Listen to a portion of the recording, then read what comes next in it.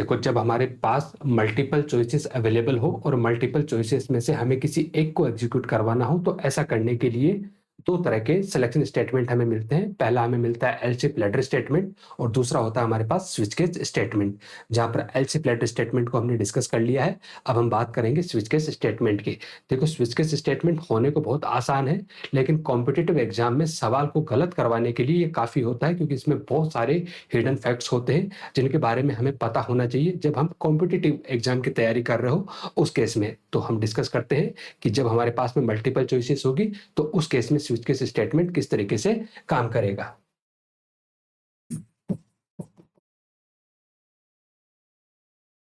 Switch case statement और switch case statement को use करने का सिंटैक्स कुछ ऐसा होता है।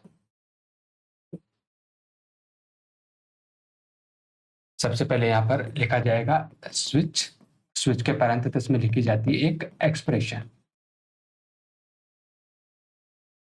देन केस, केस के बाद में लिखी जाती है चॉइस फर्स्ट, देन कोलन, उसके बाद में स्टेटमेंट, और स्टेटमेंट लिखने के बाद में लिखा जाता है break, then case, choice two, colon, statement and break. इस तरीके से हम चाहे तो यहाँ पर n number of choices mention कर सकते हैं। Case, choice n, statement, break, last में लिखा जाता है डिफॉल्ट एंड स्टेटमेंट्स। ये हमारे पास स्विच का सिंटैक्स होता है। इस सिंटैक्स में ये जो स्विच है, स्विच हो गया हमारे पास, केस हो गया, ब्रेक हो गया, और ब्रेक के अलावा हमारे पास डिफॉल्ट, ये सारे के सारे क्या है, यहाँ पर कीवर्ड होते हैं। सारे के सारे क्या है, हमारे पास कीवर्ड है। स्विच के पैरेंथेसिस में क्या लिखी जाती है, एक्सप्रेशन लिखी जाती है। स्विच के पैरेंथेसिस में जो भी एक्सप्रेशन लिखी जाती है वो या तो इंटीजर टाइप की होनी चाहिए या फिर कैरेक्टर टाइप की होनी चाहिए। मैंने यहाँ कैरेक्टर क्यों लिखा, क्योंकि जब भी कहीं पर भी हम कैरेक्टर मेंशन करते हैं तो इमीडिएटली उसको क्या कर दिया जाता है, प्रमोट कर दिया जाता है बिकॉज ऑफ आस्की वैल्यू, क्योंकि उसके पास एक इंटीजर वैल्यू होती है जिसको हम आस्की वैल्यू बोलते हैं। इसलिए आमतौर पे तो स्विच के एक्सप्रेशन के अंदर इंटीजर ही लिखा जाएगा, लेकिन अगर आप कैरेक्टर भी लिखोगे तो वो प्रमोट हो जाएगा आस्की वैल्यू की वजह से और वो इंटीजर में वैल्यू आ जाएगी। तो स्विच की जो एक्सप्रेशन है वो हमेशा क्या होनी चाहिए, या तो इंटीजर होगी या फिर कैरेक्टर होगी। तो हम कह सकते हैं कि जो एक्सप्रेशन है वो रियल एक्सप्रेशन यहाँ पर अलाउ नहीं है, और रियल का मतलब यहाँ पर फ्लोट टाइप की वैल्यू और यहाँ पर डबल टाइप की वैल्यू स्विच के एक्सप्रेशन में कभी भी अलाउ नहीं होती है। स्विच के एक्सप्रेशन में नहीं, जितनी भी चॉइस की वैल्यू है, चॉइस की वैल्यू में भी कभी भी आप रियल टाइप की वैल्यू आप मेंशन नहीं कर पाओगे। उसके बाद ये स्विच की बॉडी है और स्विच की बॉडी के अंदर बहुत सारे केस लिखे हुए होते हैं। होता क्या है स्विच केस के अंदर कि यहाँ पर जो ये आपने बहुत सारी चॉइस की वैल्यू लिखी है, बेसिकली ये चॉइस की वैल्यू पॉसिबल वैल्यूज होती है किसकी, एक्सप्रेशन की वैल्यू की। तो हर बार हम क्या करते हैं, इस चॉइस की वैल्यू को एक्सप्रेशन की वैल्यू के साथ में मैच करते हैं। कहीं पर भी अगर चॉइस की वैल्यू एक्सप्रेशन की वैल्यू के साथ में मैच हो जाती है तो उसके कॉरस्पॉन्डिंग स्टेटमेंट को क्या करवा दिया जाता है, एग्जीक्यूट करवा दिया जाता है। कई बार सिचुएशन ऐसी भी आएगी हमारे पास कि किसी भी चॉइस की वैल्यू एक्सप्रेशन की वैल्यू के साथ में मैच नहीं होगी। जब किसी भी चॉइस की वैल्यू एक्सप्रेशन की वैल्यू के साथ में मैच नहीं होती है तो उस केस में डिफॉल्ट में रखा हुआ स्टेटमेंट क्या करवा दिया जाएगा, एग्जीक्यूट करवा दिया जाता है, कि डिफॉल्ट के अंदर जो भी स्टेटमेंट है उसको एग्जीक्यूट करवा दिया जाएगा। अब यहाँ पर एक बात यह है कि यहाँ पर हमने हर एक केस के बाद में किसको यूज किया है, ब्रेक स्टेटमेंट को यूज किया है। किसको यूज किया हमने, ब्रेक को। और ब्रेक के रिगार्डिंग तो हमने वहां पर शुरू में देखा भी था कि ब्रेक, कंटिन्यू और गो टू, ये तीनों तो किस टाइप के स्टेटमेंट होते हैं, जंपिंग स्टेटमेंट होते हैं, जो प्रोग्राम के कंट्रोल को एक पार्ट से दूसरे पार्ट पे क्या करते हैं, ट्रांसफर करते हैं। क्या स्विच के अंदर ब्रेक नहीं लिखेंगे तो क्या किसी भी तरह की एरर आएगी, तो जवाब है नहीं, किसी भी तरह की कोई एरर नहीं आएगी। यहाँ पर ब्रेक को लिखना पूरा का पूरा ऑप्शनल होता है, लिखो तो भी सही है और नहीं लिखो तो भी सही है। फिर दिक्कत क्या है, हम क्यों लिखते हैं, तो ध्यान रखना स्विच केस के अंदर कहीं पर भी चॉइस की वैल्यू एक्सप्रेशन की वैल्यू के साथ में मैच हो जाती है, उसके बाद इसका फॉल थ्रू एग्जीक्यूशन होता है।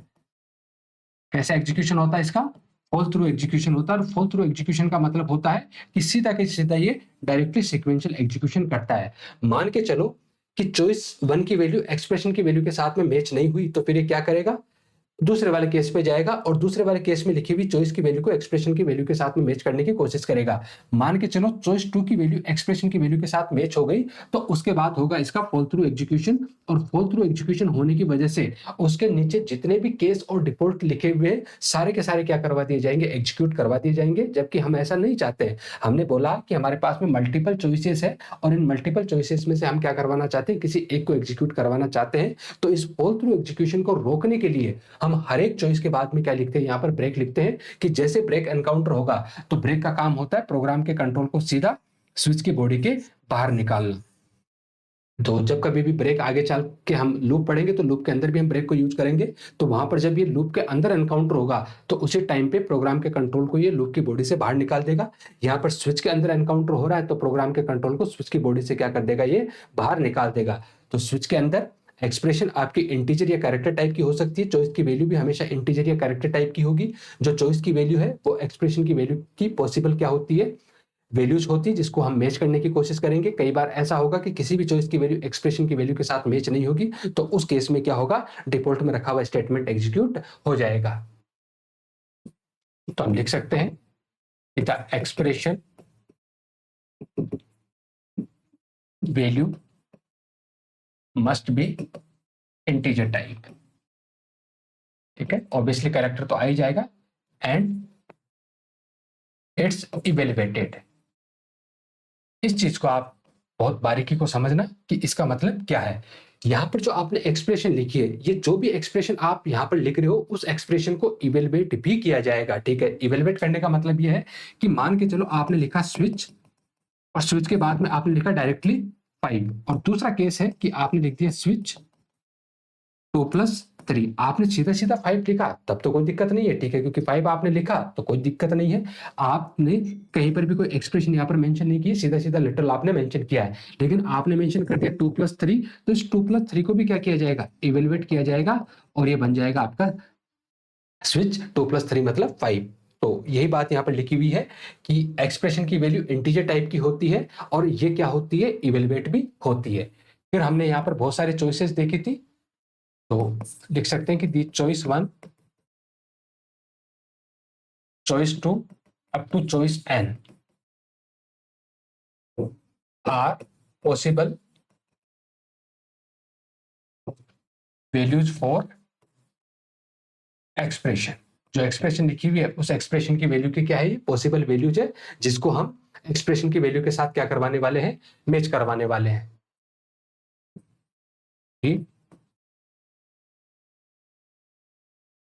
केस लेबल, जो इसकी जगह मैं क्या लिख देता हूं, केस लेबल वैल्यू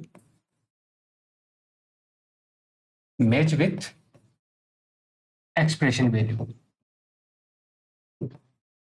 ठीक है, जो केस लेबल है उसकी वैल्यू को किसके साथ मैच किया जाता है, एक्सप्रेशन की वैल्यू के साथ मैच किया जाता है। और कहीं पे भी अगर मैच हमारा सक्सेसफुल हो जाता है तो उस केस में उसके कॉरस्पॉन्डिंग ब्लॉक को क्या करवा दिया जाता है, एग्जीक्यूट करवा दिया जाता है। कई बार ऐसा भी सिचुएशन आएगी कि in case none of case value या चॉइसेस मैच विथ एक्सप्रेशन, तो इस केस में क्या होगा, in this case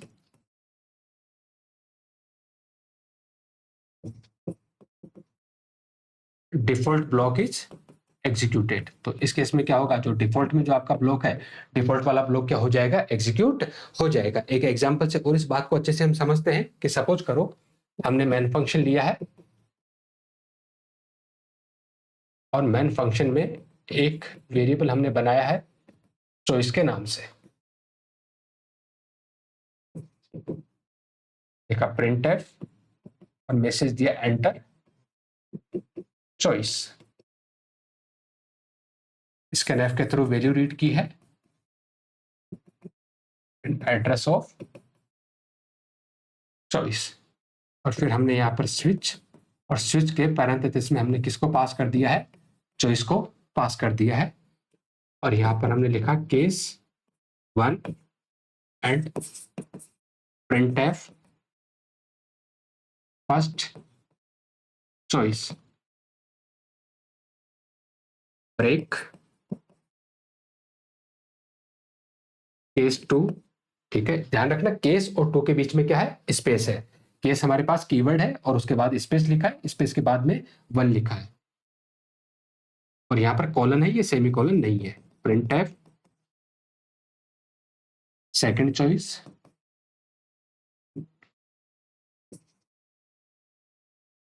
break and default f, default choice.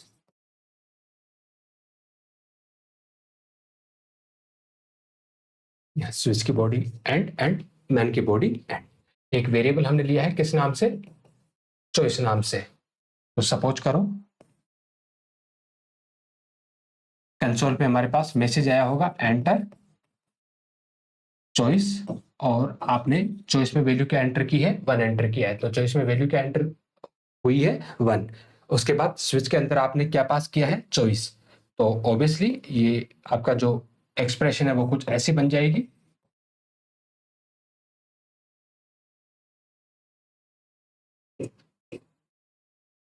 Expression आपकी ऐसी बन जाएगी, स्विच और चॉइस की जगह चॉइस की वैल्यू आ जाएगी, मतलब 1 आ जाएगी। अभी अभी हम पढ़ के आए हैं कि जो केस की वैल्यू होती है वो, जो यहाँ पर जो एक्सप्रेशन लिखी हुई है उस एक्सप्रेशन के लिए क्या होती है, हमारे पास पॉसिबल वैल्यूज होती है जिनको हम मैच करने की कोशिश करते हैं। तो यहाँ पर केस की वैल्यू क्या है, 1। तो इस केस की वैल्यू को एक्सप्रेशन की वैल्यू के साथ में क्या किया जाएगा, मैच किया जाएगा। तो केस की वैल्यू क्या है, 1, और यहाँ से एक्सप्रेशन की वैल्यू क्या है, 1।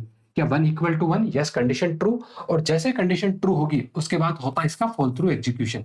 जैसे कंडीशन ट्रू होगी कैसा होगा, फॉल थ्रू एग्जीक्यूशन होगा। मतलब अब ये किसी भी केस की वैल्यू को एक्सप्रेशन की वैल्यू के साथ में मैच करने की कोशिश नहीं करेगा। और यहाँ पर सबसे पहले प्रिंटफ में क्या मैसेज आया, फर्स्ट चॉइस। तो ये क्या प्रिंट कर देगा, फर्स्ट चॉइस प्रिंट कर देगा। और उसके बाद क्या एनकाउंटर हुआ, ब्रेक। और जैसे ब्रेक एनकाउंटर हुआ ये सीधा क्या करेगा, इसको स्विच की बॉडी के बाहर निकाल देगा। अब मान के चलो यहाँ पर ब्रेक ना होता, मैं इस ब्रेक को क्या कर देता हूं, यहाँ पर कमेंट कर देता हूं। अगर ये ब्रेक ना होता तो ये फॉल थ्रू एग्जीक्यूशन होता, और फॉल थ्रू एग्जीक्यूशन होने की वजह से पहले क्या प्रिंट होता, फर्स्ट चॉइस। उसके बाद क्या प्रिंट होता, सेकंड चॉइस। उसके बाद क्या प्रिंट होता हमारे पास, सेकंड चॉइस। और उसके बाद ब्रेक एनकाउंटर हुआ तो ये क्या कर देता, सीधा स्विच की बॉडी के बाहर। अब मान के चलो यहाँ पर भी ब्रेक ना होता तो उस केस में क्या होता, फर्स्ट चॉइस, सेकंड चॉइस और उसके बाद डिफॉल्ट चॉइस। ये सब कुछ क्या कर देता, यहां से प्रिंट कर देता। तो अब आपको समझ में आ गई होगी बात कि हम यहां पर ब्रेक स्टेटमेंट क्यों लिखते हैं। क्योंकि एक बार यहां पर लेबल की वैल्यू एक्सप्रेशन की वैल्यू के साथ में मैच हो जाती है तो उसके बाद कैसा एग्जीक्यूशन होता है, फॉल थ्रू एग्जीक्यूशन होता है, सीक्वेंशियल एग्जीक्यूशन होता है। और सीक्वेंशियल एग्जीक्यूशन होने के चलते उसके आगे कभी भी केस की वैल्यू को एक्सप्रेशन की वैल्यू के साथ में मैच नहीं किया जाता और उसके नीचे लिखे हुए सारे के सारे स्टेटमेंट क्या करवा दिए जाएंगे, एग्जीक्यूट करवा दिए जाएंगे। अब मान के चलो यहाँ चॉइस की वैल्यू 1 ना होकर 2 होती। जब चॉइस की वैल्यू 2 होती, ध्यान रखना हमने कहीं पर भी ब्रेक नहीं लिखा है, ठीक है, ऐसा आप मान के चलिए। और चॉइस की वैल्यू क्या है, 2। तो उस केस में यहां पर क्या आ जाता, स्विच 2 और मैच किया जाता 1 equal to 2, no condition false. तो फिर ये ऑटोमेटिकली अगले केस पे जाता और मैच करता 2 equal to 2, yes, condition true. और जैसे कंडीशन ट्रू हुई पहले क्या प्रिंट करता, सेकंड चॉइस, और उसके बाद क्या प्रिंट करता, डिफॉल्ट चॉइस। अब यहां से फर्स्ट चॉइस प्रिंट नहीं होता। फॉल थ्रू एग्जीक्यूशन कब होता है, जब एक बार केस की वैल्यू एक्सप्रेशन की वैल्यू के साथ मैच हो जाती है, तब उस केस में। तो यहाँ पर जो ब्रेक होता है वो ऑप्शनल होता है, लिखो तो भी ठीक है, नहीं लिखो तो भी ठीक है। नहीं लिखोगे तो क्या होगा, उसका कॉन्सिक्वेंसेस आपको पता चल गए। एक और चीज ध्यान रखना कि स्विच के अंदर जो डिफॉल्ट होता है, ठीक है, उसकी पोजीशन भी कोई मैटर नहीं करती, उसको भी आप कहीं पर भी रख सकते हैं। आगे एग्जांपल में हम इस बात को देख लेंगे। अब मैं एक और एग्जांपल यहां पर लिखता हूं जहां से और अच्छे से बात समझ में आ जाए कि हम स्विच केस स्टेटमेंट का यूज क्यों करते हैं। लेकिन उससे पहले आप मेरे एक छोटे से एक सवाल का जवाब दीजिए कि मान के चलो आपने 2 इंट टाइप के वेरिएबल लिए ए और बी, और स्कैनफ के थ्रू आप इनकी वैल्यू को रीड करते हैं। तो आप लिखते हो %d, और पहले वाली वैल्यू ए में और दूसरी वाली वैल्यू बी में। इसी तरह का स्टेटमेंट आप लिखते हो। ये कंसोल है, ठीक है। तो जब %d फॉर्मेट स्पेसिफायर आता है तो ये डिमांड कर रहा होता है कि आप क्या करो, एक इंटीजर वैल्यू इनपुट करो। और सपोज करो आपने 10 इंटीजर वैल्यू इनपुट की। अब आगे वाली वैल्यू रीड करने के लिए आपको किसका यूज करना पड़ता है, इसके सेपरेटर का यूज करना पड़ता है। अब सेपरेटर में आप स्कैनफ में या तो स्पेस का यूज करते हो, या टैब का यूज करते हो, या फिर आप न्यू लाइन का यूज करते हो। ये डिफॉल्ट सेपरेटर होते हैं। क्या होते हैं ये डिफॉल्ट सेपरेटर। बाकी तो इसके नेट में हमने पढ़ रखा है कि हम एक्सप्लिसिटली जिस सेपरेटर को चाहे उसको भी हम मेंशन कर सकते हैं। तो आपने मान के चलो स्पेस प्रेस किया, और तो जैसे आपने स्पेस प्रेस किया उसके बाद ये वापस से किसकी डिमांड करता है, इंटीजर वैल्यू की डिमांड करता है। तो मान के चलो आपने 20 एंटर किया तो वो 20 किस में चला जाएगा, बी में। लेकिन इसके आगे वाले लाइन पे ट्रांसफर करवाने के लिए यहाँ पर हमें क्या करना होता है, एंटर की हिट करनी ही पड़ती है। यही वाला मैकेनिज्म होता है। अब मान के चलो सिचुएशन ये ना हो के सिचुएशन ऐसी है, हमने कैरेट टाइप के दो वेरिएबल बनाए ए और बी, फिर हमने लिखा scanf %c and address of a comma address of b, इस टाइप का स्टेटमेंट लिखा है। तो जब यहां से अब वैल्यू रीड की जाएगी तो ये डिमांड करेगा दो कैरेक्टर की। तो सपोज करो आपने पहला कैरेक्टर एंटर किया है कैपिटल ए, तो अब यहां पर सेपरेटर स्पेस टैब और न्यू लाइन का यूज किया जाएगा या नहीं। तो ध्यान रखना, जो ये सेपरेटर का जो गेम होता है वो कैरेक्टर के साथ में काम नहीं करता है, ठीक है। आपने ए प्रेस किया तो ए प्रेस करते ही वैल्यू किसमें चली गई, आपके ए में चली गई, और उसके बाद आपने कैपिटल बी प्रेस किया तो ये कैपिटल बी किसमें चला जाएगा, आपके बी में चला जाएगा। अगर आपने इस तरीके से लिखा कैपिटल ए और उसके बाद में स्पेस प्रेस कर दिया तो ये स्पेस किसमें चला जाएगा, इस बी नाम के वेरिएबल में चला जाएगा। तो जो ये सेपरेटर का गेम है वो कभी भी कैरेक्टर के साथ में काम नहीं करता है। ऐसा क्यों बताया हमने, क्योंकि आगे हम एक एक्सप्रेशन लिखने वाले हैं और उस एक्सप्रेशन में हमारे पास कैरेक्टर आने वाला है। तो इस चीज का आप ध्यान रखोगे कि जो स्कैनर फंक्शन के लिए जो सेपरेटर होते हैं, ठीक है, वो कैरेक्टर फॉर्मेट स्पेसिफायर के लिए काम में नहीं लिए जाते। कैरेक्टर फॉर्मेट स्पेसिफायर में अगर आप मल्टीपल कैरेक्टर रीड कर रहे हो तो आप मल्टीपल कैरेक्टर क्या कीजिए, इनपुट करवा दीजिए। हाँ, आखिरी में आने के लिए तो आपको ऑब्वियसली क्या करना पड़ेगा, एंटर की हिट करनी पड़ेगी। लेकिन अगर इन बिटवीन आपके पास जितने भी कैरेक्टर है आप उनको स्पेस टैब और न्यू लाइन से आप सेपरेट नहीं करोगे। ध्यान रखना, अगर आपने ऐसा लिख दिया ए और ए के बाद में अगर एंटर की हिट कर दी तो ये कैपिटल ए तो किसमें चला जाएगा, ए नाम के वेरिएबल में, और जो ये एंटर की है, ठीक है, ये वाली वैल्यू किसमें चली जाएगी, आपके बी नाम के वेरिएबल में चली जाएगी। तो आप इस चीज का ध्यान रखोगे। तो यहां पर मैं यूजर से एक एक्सप्रेशन इनपुट करवाना चाहता हूं, ठीक है। मैं ये चाह रहा हूं कि यूजर या तो कुछ ऐसा एंटर कर दे, या कुछ ऐसा एंटर कर दे, या कुछ ऐसा एंटर कर दे, या कुछ ऐसा एंटर कर दे। वैल्यू कुछ भी हो सकती है लेकिन एक्सप्रेशन का फॉर्मेट कुछ ऐसा रहने वाला है। तो ऑब्वियसली पहले वाली वैल्यू क्या है, इंटीजर, उसके बाद में एक सिंबल रीड करवाऊंगा, ठीक है। अब वो सिंबल आपका अर्थमेटिक ऑपरेटर का कोई भी सिंबल हो सकता है, एडिशन, सब्ट्रैक्शन, मल्टीप्लिकेशन और डिवीजन। और उसके बाद दूसरी वाली वैल्यू भी क्या करवा रहा हूं मैं, इंटीजर रीड करवा रहा हूं। तो इसके लिए मैं क्या लिखूंगा, कुछ ऐसा ही तो स्टेटमेंट लिखूंगा, स्कैनफ सबसे पहले इंटीजर वैल्यू, उसके बाद कैरेक्टर वैल्यू और उसके बाद इंटीजर वैल्यू। पहली वाली वैल्यू ए में चली जाए, दूसरी वाली वैल्यू कोई और वेरिएबल हम बनाएंगे और उसके बाद ये वैल्यू किस में चली जाए, बी में चली जाए। तो यहाँ पर समझने वाली बात ये थी कि पहला क्या था, आपने इंटीजर, और इंटीजर के बाद में क्या आ रहा है, कैरेक्टर आ रहा है। तो आपको किसी भी तरह का स्पेस टेब या न्यू लाइन यहाँ पर एंटर नहीं करना है। आप बिना स्पेस के इस तरीके से लिखोगे तो 10 किस में चला जाएगा, ए में, और जो भी आपका ये सिंबल होगा वो इस दूसरे वाले वेरिएबल में चला जाएगा, और जो भी तीसरी वैल्यू होगी वो तीसरे वाले वेरिएबल में चली जाएगी। और उसके बाद आप क्या एंटर कर दीजिए, एंटर की को हिट कर दीजिए।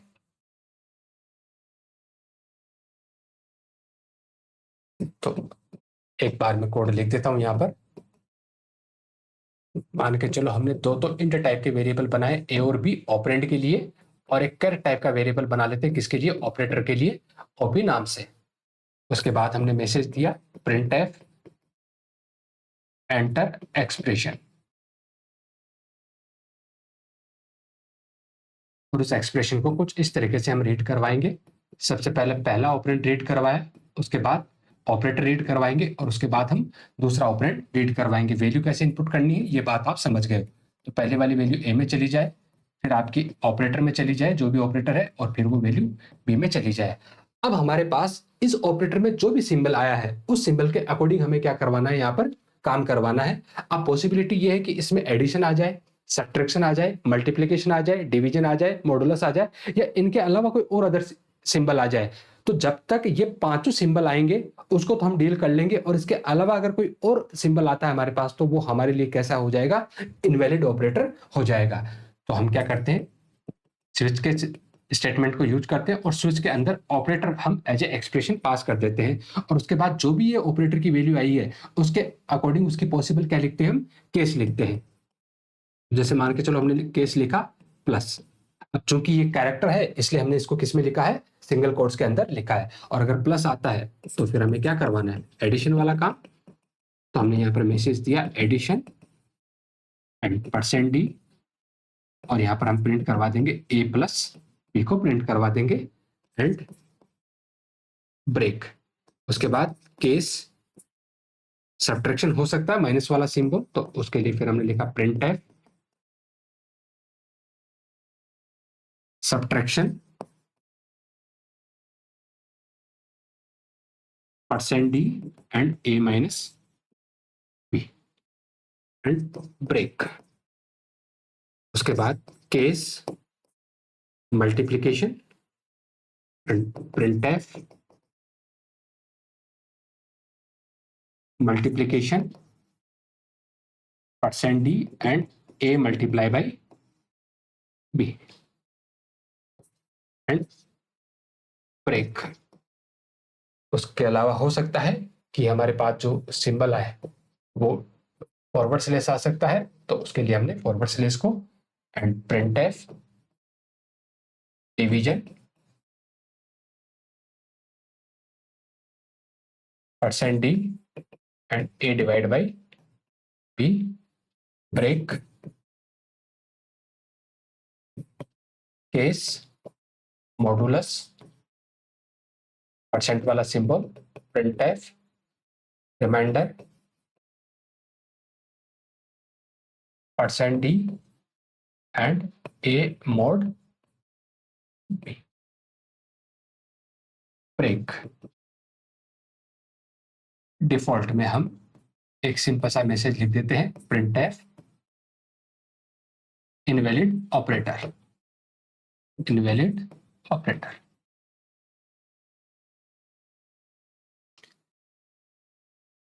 और यहां पर एक और मैसेज दे देते हैं हम लास्ट लाइन, ऐसा कोई मैसेज हमने लिख दिया है। और ये मैन की बॉडी एंड ये कंसोल है जहां पर अपने को आउटपुट नजर आएगा। 3 वेरिएबल हमने यहां पर बनाए हैं ए बी एंड ओपी, जहां पर ए और बी इंट टाइप के वेरिएबल है और जो आपका ओपी है वो यहां पर कैरेक्टर टाइप का वेरिएबल है। तो मैसेज आएगा एंटर एक्सप्रेशन। तो इस तरीके से मैसेज आया आपके पास में एंटर एक्सप्रेशन। ठीक है, मेरे पास आगे जगह नहीं है इसलिए मैं यहाँ नीचे लिख रहा हूं। और सपोज करो आपने लिखा 23 मोड 5 और उसके बाद आपने एंटर की हिट की, तो जैसे आपने किया 23 किस में चला जाएगा, ए में, मोड किस में चला जाएगा या % वाला सिंबल किस में चला जाएगा, ओपी नाम के कैरेक्टर वेरिएबल में, और बी में क्या चला जाएगा, यहाँ पर 5 चला जाएगा। उसके बाद आपने पास किया स्विच ओपी, तो ये रन टाइम पे बन जाएगा इस तरीके का। और हर एक केस के साथ में हम क्या करेंगे, इस % वाले सिंबल को ढूंढने की कोशिश करेंगे। तो सबसे पहले केस प्लस, तो बताओ प्लस इज इक्वल टू %, तो जवाब मिला नो, कंडीशन फॉल्स। जैसे कंडीशन फॉल्स हुई अगले केस पे जाएंगे और अगले केस में जाके चेक करेंगे कि जो हाइपन का सिंबल है क्या वो बराबर है क्या % के सिंबल के। ठीक है, तो जवाब मिला नो। अगले केस की तरफ जाएंगे और चेक करेंगे कि एस्ट्रिक वाला सिंबल बराबर है क्या % वाले सिंबल के, जवाब मिला नो। आगे जाके चेक करेंगे कि जो फॉरवर्ड स्लैश है वो बराबर है क्या % वाले सिंबल के, जवाब मिला नो। आगे चलेंगे चेक करेंगे कि % वाला सिंबल बराबर है क्या % वाले सिंबल के, जवाब मिला यस। मतलब यहां से इस केस की वैल्यू एक्सप्रेशन की वैल्यू के साथ में क्या हो गई, मैच हो गई। और जैसे एक्सप्रेशन की वैल्यू, जैसे ही केस की वैल्यू एक्सप्रेशन की वैल्यू के साथ मैच होगी उसी टाइम पे उसके बाद क्या होगा, इसका सीक्वेंशियल एग्जीक्यूशन होगा, फॉल थ्रू एग्जीक्यूशन होगा। और यहाँ पर मैसेज आएगा रिमाइंडर, और रिमाइंडर में यहां से प्रिंट होगा 23 मोड 5। और जब 23 मोड 5 करोगे तो रिजल्ट क्या मिलेगा आपको 3। और इस लाइन के चलने के बाद में कौन एनकाउंटर हुआ, ब्रेक। और जैसे ब्रेक एनकाउंटर होगा सीधा क्या करेगा, कंट्रोल को स्विच की बॉडी के बाहर निकाल देगा। और स्विच की बॉडी के बाहर आपने स्टेटमेंट लिख रखा है लास्ट लाइन। क्या लिख रखा आपने, last line. Last line print होगा जैसे मैन फंक्शन का एंड ब्रेसेस एनकाउंटर होगा, आपका प्रोग्राम क्या हो जाएगा, टर्मिनेट हो जाएगा। अब हो सकता है कि यहाँ पर जो कोई सिंबल आया वो यहाँ पर लिखे हुए किसी भी सिंबल के साथ में मैच नहीं होगा, तो उस केस में क्या प्रिंट हो जाएगा आपके पास, इनवैलिड ऑपरेटर प्रिंट हो जाएगा। तो ये कहानी थी हमारे पास किसकी, स्विच केस स्टेटमेंट की। अब कुछ ऐसी बातें हैं जो स्विच के रिगार्डिंग अपने को पता होनी चाहिए। पहली बात हम यहाँ पर डिस्कस करके आए हैं कि जो एक्सप्रेशन की वैल्यू होती है, ठीक है, expression and choice value must be integer type.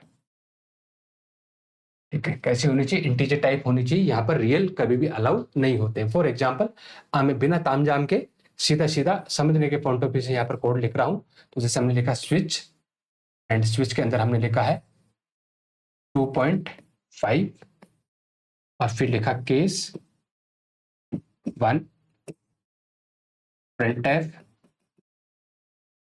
choice 1 break case 2.5 printf choice 2 break default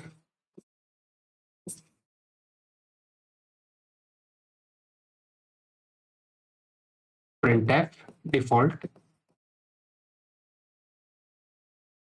ऐसा हमने लिखा। ठीक है, तो क्या ये कोड चल जाएगा, तो जवाब होगा ये वाला कोड नहीं चलेगा। ठीक है, क्योंकि यहाँ पर जो आपका स्विच की एक्सप्रेशन और जो केस की वैल्यू है वो हमेशा क्या कैसी होनी चाहिए, आपके पास इंटीजर ही होनी चाहिए, वो रियल कांस्टेंट यहाँ पर कभी भी अलाउ नहीं है। तो ये आपके लिए क्या है, एरर है। ये आपके लिए क्या है, एरर है। हाँ, अगर आपने ऐसा लिखा हुआ होता, जैसे आपने लिखा हुआ होता स्विच टू एंड केस 1.5 कुछ स्टेटमेंट यहाँ पर लिखे हुए होते, तो भी ये क्या आपके लिए एरर है, तो भी क्या है, ये एरर है। कहीं पर भी यहाँ पर रियल कांस्टेंट अलाउ नहीं होता, नहीं तो एक्सप्रेशन के केस में और ना ही कहीं पर केस की वैल्यू के केस में। तो ये बात आपको ध्यान रखनी है कि स्विच की जो एक्सप्रेशन और केस की वैल्यू होती है वो हमेशा कैसी होती है, इंटीजर टाइप की होती है। आगे आपको एक और चीज ध्यान रखनी होती है कि जो डिफॉल्ट की पोजिशन होती है वो कोई मैटर नहीं करती है। The position of default does not matter. इसका मतलब ये हुआ कि जरूरी नहीं है कि स्विच के अंदर डिफॉल्ट को हम सबसे आखिरी में ही रखें, उसकी पोजीशन कोई मैटर नहीं करती है। ये तब भी फिर ही एग्जीक्यूट होगा जब किसी भी चॉइस की वैल्यू एक्सप्रेशन की वैल्यू के साथ में मैच नहीं होती है। तो आप लिख दीजिए कि it is still execute when none of choice value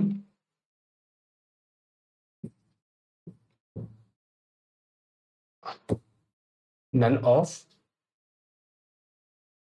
choice value match with expression value।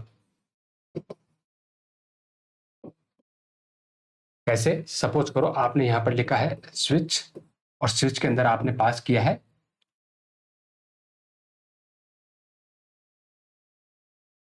Let's say 5, sorry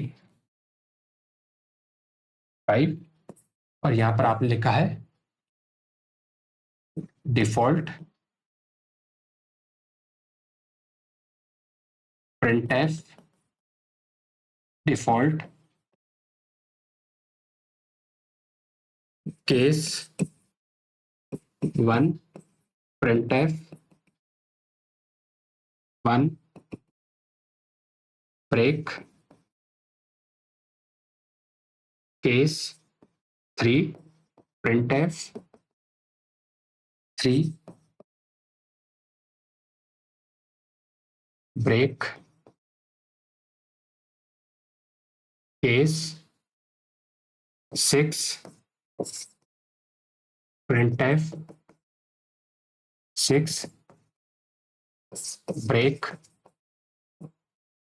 इस तरीके से आपने लिखा है। तो देखो स्विच के एक्सप्रेशन में आपने क्या पास किया है, 5 पास किया है, तो प्रोग्राम का कंट्रोल सीधा अंदर जाएगा और अंदर जाके सबसे पहले ये केस को ढूंढता है। किसको ढूंढता है? केस को ढूंढता है। तो यहां से आया, केस को ढूंढा, केस 1 मिला, तो चेक किया जाएगा 1 इक्वल टू 5, जवाब मिला नो, कंडीशन पॉज, तो अगले केस की तरफ जाएगा, अगले केस को ढूंढेगा 3 equal to 5, no, condition false, तो अगले केस को ढूंढेगा, फिर चेक किया 6 इक्वल टू 5, नो, कंडीशन क्या हुई, फॉल्स, कहीं पर भी मैच नहीं हुआ, तो अभी किसको ढूंढेगा, डिफॉल्ट को ढूंढेगा कि डिफॉल्ट है क्या इसमें कहीं पर। तो जब इसने डिफॉल्ट को ढूंढा तो यहाँ डिफॉल्ट मिला, और जैसे ही डिफॉल्ट मिला उसके बाद प्रोग्राम का कैसा सिक्वेंशियल एग्जीक्यूशन, कैसा सिक्वेंशियल एग्जीक्यूशन होगा, और जैसे सिक्वेंशियल एग्जीक्यूशन होगा सबसे पहले क्या प्रिंट होगा, यहाँ से डिफॉल्ट प्रिंट होगा, और डिफॉल्ट प्रिंट होने के बाद में ये क्या प्रिंट कर देगा, 1, और 1 प्रिंट होने के बाद में कौन एनकाउंटर हुआ, ब्रेक, और जैसे ब्रेक एनकाउंटर हुआ उसी टाइम पे कंट्रोल को क्या कर देगा, ये स्विच की बॉडी से बाहर,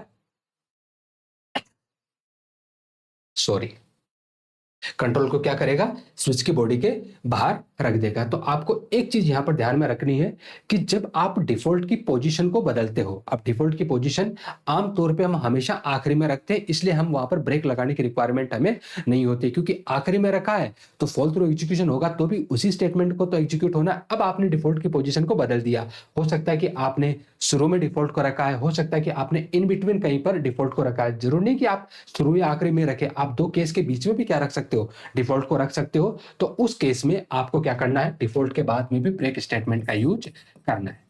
क्या करना है आपको, डिफॉल्ट के बाद में भी ब्रेक स्टेटमेंट का यूज करना है, तो आप इस बात का भी ध्यान में रखोगे। तो पहला केस हमने डिस्कस किया था कि एक्सप्रेशन और चॉइस की वैल्यू हमेशा कैसी होनी चाहिए, इंटीजर टाइप की होनी चाहिए। उसके बाद हमने डिस्कस किया कि स्विच के अंदर डिफॉल्ट की पोजीशन मैटर नहीं करती है, ये तब भी एग्जीक्यूट होता है जब किसी भी चॉइस की वैल्यू एक्सप्रेशन की वैल्यू के साथ में मैच नहीं होती है। अगला जो क्लॉज है इसके रिगार्डिंग वो ये है कि स्टेटमेंट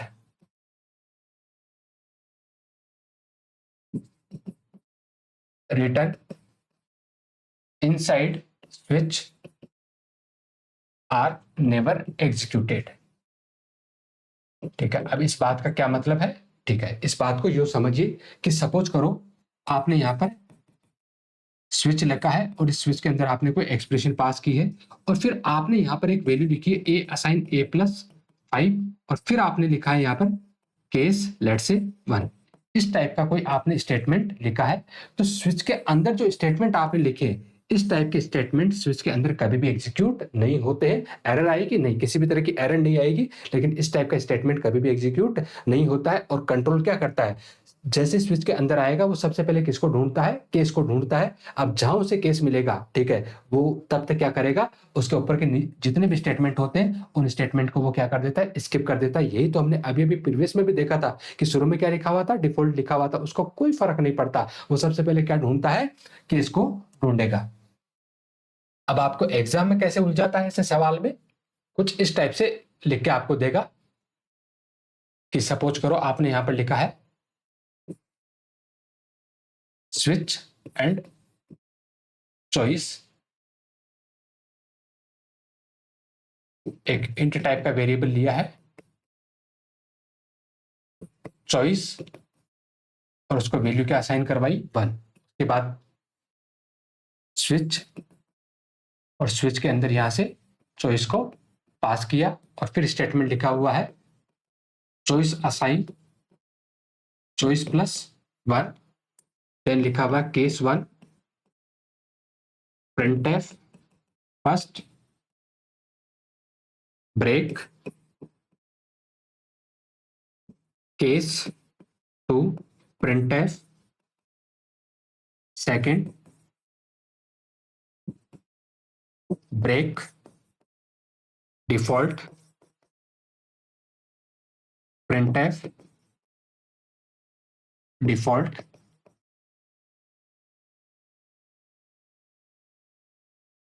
इस तरीके का स्टेटमेंट लिखा हुआ है। तो यहाँ पर एक चॉइस नाम का वेरिएबल बन रखा है, यस चॉइस नाम का वेरिएबल है जिसमें वैल्यू आपने इनिशियली क्या असाइन कर रखी है, 1 असाइन कर रखी है। उसके बाद स्विच, और स्विच के अंदर आपने क्या पास किया, चॉइस, चॉइस में वैल्यू क्या है 1, और फिर आपने स्टेटमेंट लिखा है चॉइस असाइन चॉइस प्लस 1। तो ये वाला जो स्टेटमेंट है, ये स्टेटमेंट कभी भी एग्जीक्यूट नहीं होगा।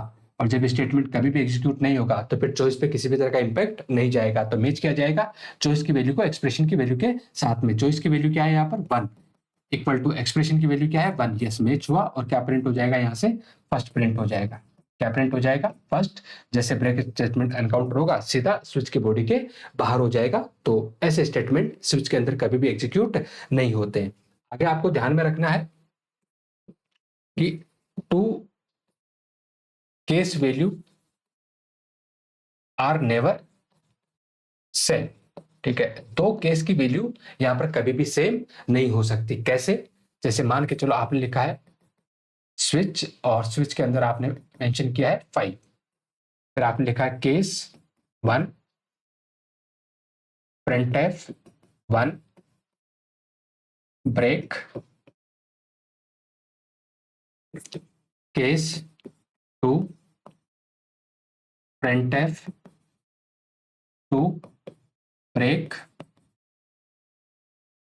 Case 2 printf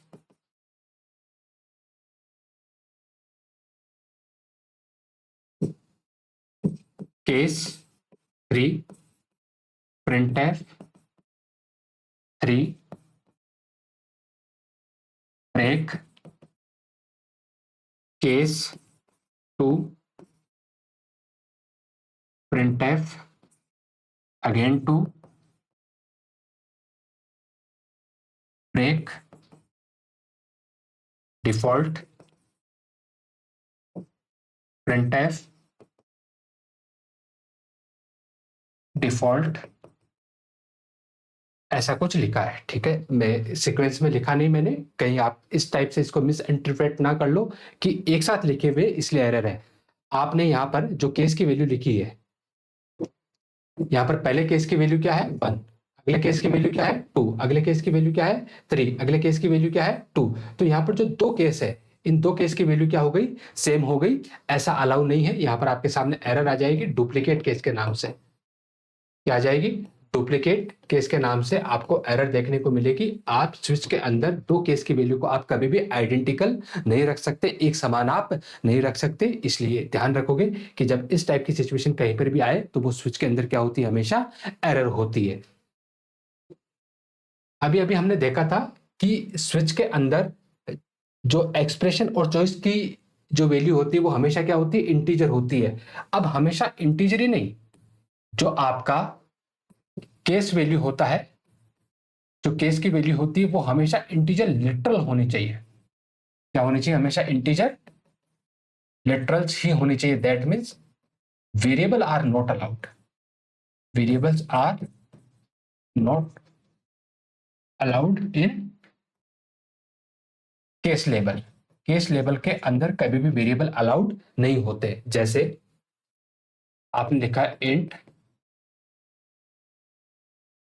choice assign two and a assign, इस तरीके से आपने लिखा है। तो फिर आपने लिखा है स्विच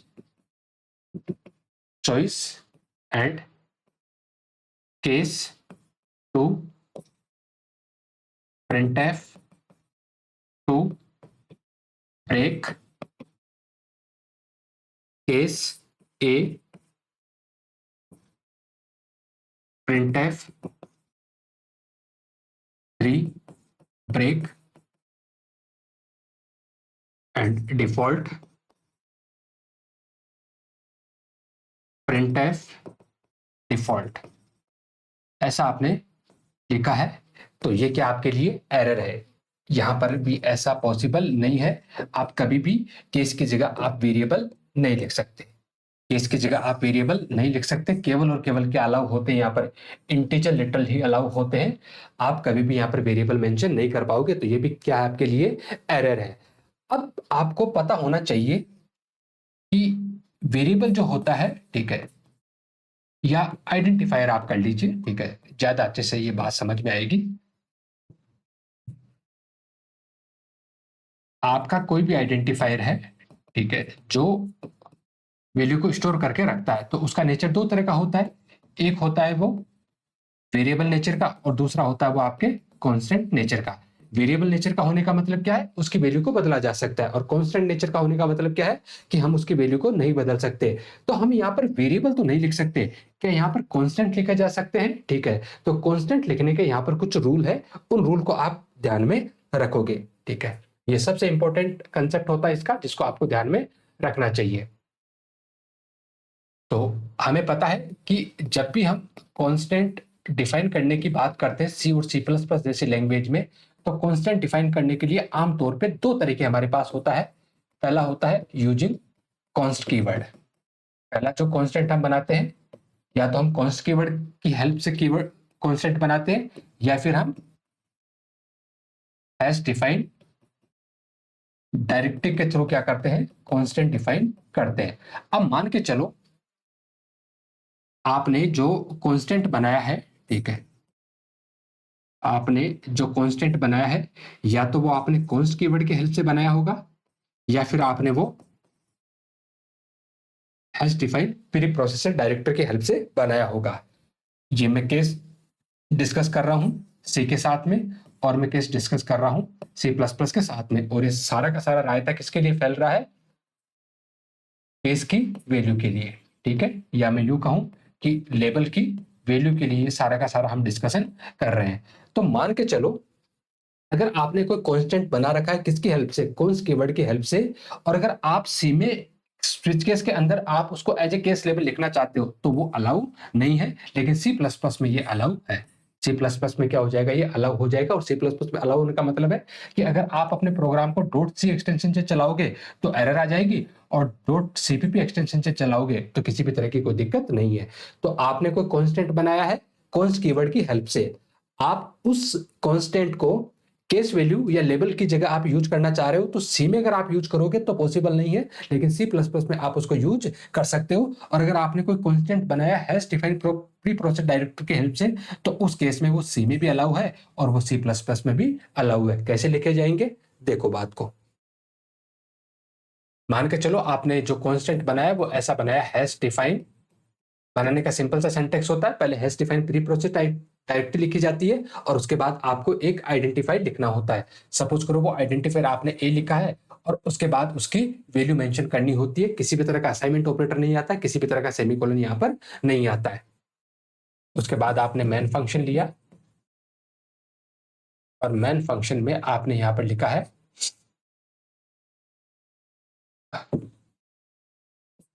एंड चॉइस, और चॉइस की वैल्यू भी आपने क्या दी है, यहाँ पर 3 दी है। और फिर आप लिखते हो स्विच, स्विच के अंदर आपने चॉइस लिखा,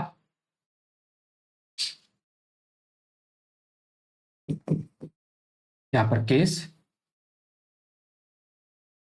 केस की वैल्यू आपने 1 लिखी, और उसके बाद आपने प्रिंटफ, और प्रिंटफ में आपने लिखा है फर्स्ट, फिर आपने ब्रेक लिखा, then case a, printf second and break, default printf default. इस तरीके से आपने लिखा है। तो क्या ये अलाउ है, तो जवाब होगा यस, ये बिल्कुल अलाउ है। आपने जो कांस्टेंट बनाया है वो किसके हेल्प से बनाया है, hash define pre process director के हेल्प से बनाया है, और इसके हेल्प से अगर आप सी में कोई कांस्टेंट बनाते हो तो आप उसको एज ए केस वैल्यू आप इसको यूज कर सकते हो। तो ऑब्वियसली जब आपने ऐसा किया होगा और ये वाला स्टेटमेंट आपने लिखा होगा, तो जो hash define pre process directory होती है वो तो प्री प्रोसेस डायरेक्टरी होती है, जिनका काम होता है प्रोग्राम के कंपाइल होने से पहले उनको रिजोल्व कर लेना। और जब ये कंपाइल होने से पहले रिजोल्व होगी, तो जहां जहां आपको ए आइडेंटिफायर देखने को मिलेगा वो किससे रिप्लेस हो जाएगा, 3 से रिप्लेस हो जाएगा। तो बेसिकली ये कंपाइल होने से पहले ये लाइन किस तरीके से रिप्लेस हो जाएगी, केस 3 कोलन, इससे क्या हो जाएगी, रिप्लेस हो जाएगी। इसलिए यहाँ पर किसी भी तरह का कोई इंपैक्ट नहीं जाएगा, ध्यान रखना। आप ऐसा भी लिख सकते हो, अभी अभी हम ये तो सीख के आए हैं कि जो हमारा स्विच होता है उस स्विच के अंदर हम कोई एक्सप्रेशन लिख सकते हैं। इस तरीके से हम एक्सप्रेशन लिख सकते हैं। तो ध्यान रखना, ये वाली जो एक्सप्रेशन होती है वो केस के साथ में भी लिखी जा सकती है, कोई प्रॉब्लम नहीं है। ठीक है, आप केस 2+3 लिखोगे तो भी ये क्या माना जाएगा, केस 5 ही माना जाएगा। क्या माना जाएगा? ये केस 5 ही माना जाएगा। और यहाँ पर अगर आपने 2+3 लिखा है तो ये भी स्विच 5 हो जाएगा। आप चाहो तो ऐसा भी लिख सकते हो, केस A+2, तो भी इसमें कोई दिक्कत नहीं है। हाँ, ए यही वाला ए है ये, ठीक है। तो ये भी अगेन 3+2 हो जाएगा, तो ये क्या हो जाएगा आपका 5 हो जाएगा। तो इस तरीके से आप स्विच के अंदर इस टाइप से इनको लिख सकते हो।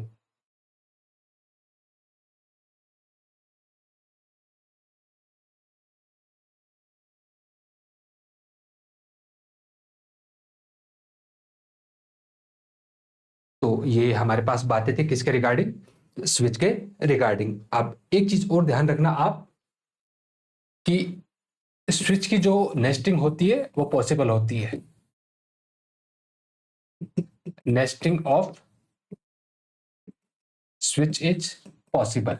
और नेस्टिंग का मतलब क्या है? यहाँ पर एक स्विच की बॉडी के अंदर दूसरे स्विच का आना, स्विच की क्या कहलाता है? नेस्टिंग। जैसे अभी अभी हमने नेस्टेड इफ पढ़ा था, तो नेस्टेड इफ का मतलब क्या था कि एक इफ के बॉडी के अंदर हमने क्या लिखा है? दूसरे इफ को लिखा है, दैट मीन्स हमने वहां पर इफ की नेस्टिंग की है। ऐसे ही अगर आप स्विच की बॉडी के अंदर दूसरा स्विच लिखोगे तो वो क्या माना जाएगा? आपके स्विच की नेस्टिंग मानी जाएगी। लेकिन हमेशा आमतौर पे ऐसा रिकमेंड किया जाता है कि आपको इससे बचना चाहिए, क्योंकि आपके प्रोग्राम की जो रीडेबिलिटी है, ठीक है, वो बहुत ज्यादा अच्छी नहीं आती जब आप स्विच की क्या करते हो? नेस्टिंग करते हो। कैसे करोगे? तो आप यूं समझिए कि आपने यहां पर स्विच लिखा, स्विच के अंदर आपने चॉइस लिखी है, और फिर मान के चलो आपका केस फर्स्ट है, और केस फर्स्ट के अंदर आपने कुछ स्टेटमेंट यहां पर लिखे होंगे, और कुछ स्टेटमेंट लिखने के बाद में आपने वापस क्या लिख दिया? यहाँ पर स्विच, और ये वापस से क्या हो गई? इसकी चॉइस हो गई।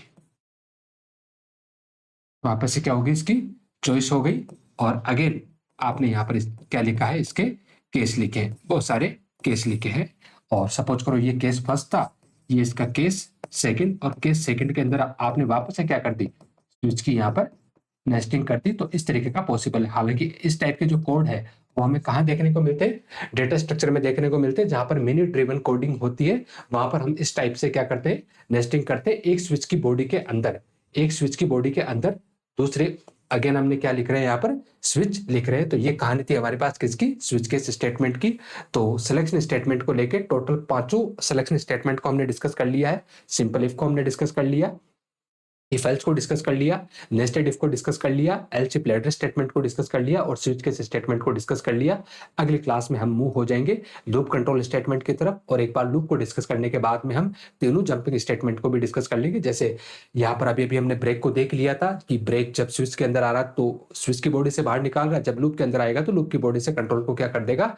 बाहर निकाल देगा। उसके बाद कंटिन्यू और गो टू स्टेटमेंट को हम डिस्कस कर लेंगे। अंत तक रुके, उसके लिए धन्यवाद आपका। फिर भी कोई शिकायत सुझाव हो तो आप कमेंट बॉक्स की तरफ जरूर जाइए।